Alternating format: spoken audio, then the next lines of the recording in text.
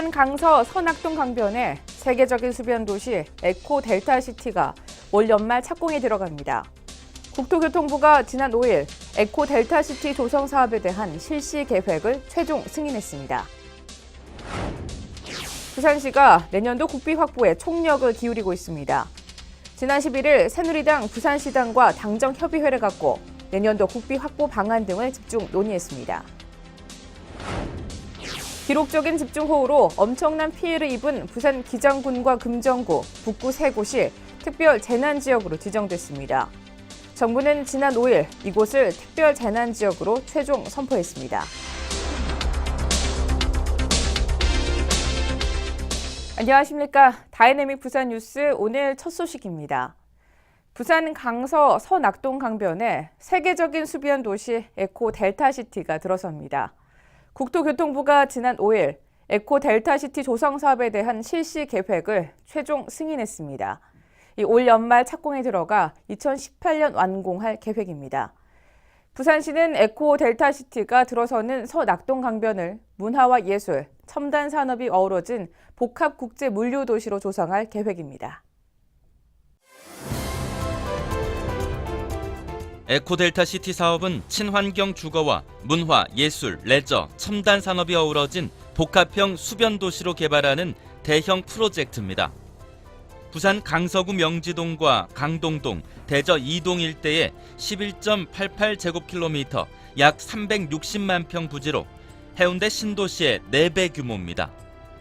이곳은 지난 2010년 12월 제정된 정부의 친수구역 활용에 관한 특별법에 따라 전국에서 처음으로 친수구역으로 지정됐습니다. 부산시와 부산도시공사, 한국수자원공사는 사업비 5조 4,386억 원을 들여 2018년 완공할 계획입니다. 주택 3만 호는 2017년부터 순차적으로 공급할 예정입니다. 부산시는 에코 델타시티가 들어서는 서낙동 강변으로 생태 완충 녹지와 생태 습지공원, 철새 먹이터 등 다양한 수변 공원을 조성합니다. 또 문화, 예술, 쇼핑 등 활동이 가능한 수은주로와 특화거리 등을 도입해 강을 한눈에 조망할 수 있는 친환경 첨단 도시 공간을 만듭니다. 부산시는 에코델타시티 조성으로 7조 8천억 원의 경제 파급 효과와 4만 3천여 명의 고용 창출 효과를 기대하고 있습니다. 부산시가 내년도 국비 확보에 총력을 기울이고 있습니다. 지난 11일 새누리당 부산시당과 당정협의회를 갖고 내년도 국비 확보 방안 등을 집중 논의했습니다. 이날 당정협의회에는 서병수 부산시장을 비롯해 부산시 주요 간부 공무원과 김무성 새누리당 대표 등 지역 국회의원 전원이 참석했습니다. 부산시와 새누리당 부산시당 간 당정협의회가 지난 11일 국회에서 열렸습니다. 서병수 부산시장은 민선 6기 시정 운영 방향을 발표하고 내년도 국비 확보 방안을 집중 논의했습니다. 특히 부산의 어려운 사정을 감안해 내년 예산을 특별히 챙겨줄 것을 당부했습니다. 부산의 어려운 사정을 생각을 하셔서 좀 더 우리가 필요한 어떤 예산을 확보하는 데도 끝까지 챙겨주시고 지원을 해주십사 하는 그런 부탁의 말씀을 드립니다. 부산시는 신공항 건설이 현 정부 임기 안에 가시적인 성과를 낼 수 있도록 내년 8월까지 입지 타당성 조사를 마무리하는 것은 물론 설계와 착공, 개항이 예정대로 진행돼야 한다고 촉구했습니다. 참석 의원 대부분이 신공항의 필요성을 얘기했지만 새누리당 대표는 워낙 예민한 문제인 만큼 정치권은 개입하지 말 것을 당부했습니다. 신공항 문제에 대해서 해당 지역 정치인들께 애양심보다는 애국심이 우선이다. 그래서 애국심을 발휘해달라는 특단의 부탁을 하면서 국제적, 전문적, 중립적 전문가들로 구성된 입지선정위원회 결정에 따라 부산시는 또 에코 델타시티 또한 올해 말에 차질 없이 착공해야 경제자유구역과 공항, 항만과 연계한 친수 생태형 산업물류 중심 도시로 조성될 수 있다고 강조했습니다. 이 밖에 집중호우 피해 복구 대책과 노후 철도 차량 교체, 금융 중심지 기반 조성, 외곽 순환도로 건설 지원 등 지역 현안과 관련해 지역 의원들의 관심과 협조를 요청했습니다. 부산 기장군과 금정구, 북구가 지난 5일 특별 재난지역으로 지정됐습니다. 정부는 부산 기장군 등 3곳을 특별 재난지역으로 최종 선포했습니다. 지난달 25일 기록적인 폭우로 엄청난 피해를 입은 지역을 효과적으로 복구하기 위해서입니다. 부산 기장군과 금정구, 북구 3곳이 특별 재난지역으로 지정됐습니다. 이에 수해 복구 비용의 50%에서 80%를 정부에서 지원합니다. 지난 5일 중앙합동조사 결과에 따르면 피해가 가장 많이 발생한 곳은 기장군으로 피해 금액이 407억 원에 이릅니다. 금정구가 99억 원, 북구가 79억 원으로 집계됐습니다.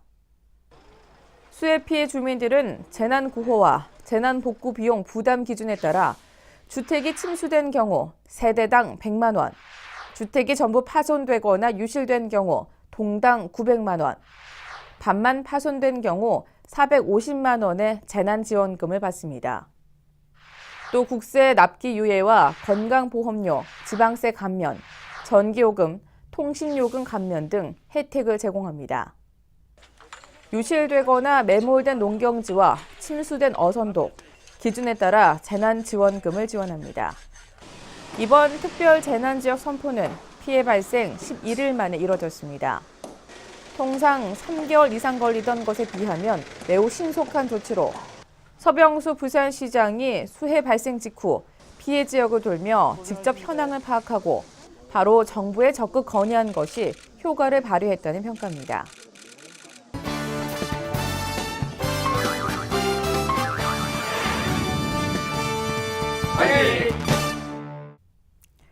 대학생 기자가 전하는 소식입니다. 우리의 전통 발효 과정을 직접 체험하고 그 숨은 뜻을 느낄 수 있는 곳이 있다고 하는데요. 이른바 발효 문화 공간을 표방한 연효제라는 곳입니다. 지난해 한국관광공사의 창조벤처 공모 사업에 선정돼 최근 해외 관광객들의 필수 코스로 각광받고 있습니다. 천연 발효의 집이라는 뜻인 연효제. 그 이름에 걸맞게 연효제에 들어서는 순간 다양한 발효식품들이 눈에 들어옵니다. 오늘은 대학생들이 우리 술인 막걸리를 발효시키는 과정을 체험하기 위해 찾아왔습니다. 학생들은 누룩을 직접 빚으며 발효의 과정을 촉각으로 후각으로 체험하고 느낍니다. 그리고 직접 빚은 막걸리를 맛보면서 기다림의 미학을 느껴봅니다. 예, 오늘 이렇게 외국인 친구들이랑 만나서 막걸리 체험을 했는데요. 너무 즐거웠고 막걸리도 되게 맛있어서 기분이 좋았습니다. 학생들에게 알기 쉽게 발효 과정을 설명해주는 연효제의 김나나 대표. 발효의 효능과 그 깊은 매력에 흠뻑 빠져 이를 더 많은 이들에게 알리기 위해 연효제를 열게 됐다고 합니다. 지난해에는 한국관광공사의 창조벤처 공모사업에 선정돼 국내외 관광객들을 만나라 분주한 나날을 보내고 있습니다. 그 도심의 한복판에서 우리가 그 어렵지 않게 옛것을 아주 그 재미나고 신나게 그렇게 배워보고 즐겨보는 그런 문화의 공간이라고 생각하거든요. 그런 공간이 되었으면 하는 취지에서 도심 속 작은 공간. 오늘도 많은 이들이 연효제를 찾고 있습니다. 우리의 자랑스러운 전통인 발효 문화가 세대와 국경을 넘어 더 많은 사람들, 더 큰 세상과 만나고 있습니다. 다이내믹 부산 뉴스 대학생 기자 김학본입니다. 다이내믹 부산 뉴스는 부산광역시 인터넷 방송 바다TV에서 다시 보실 수 있습니다. 함께 해주신 여러분 고맙습니다.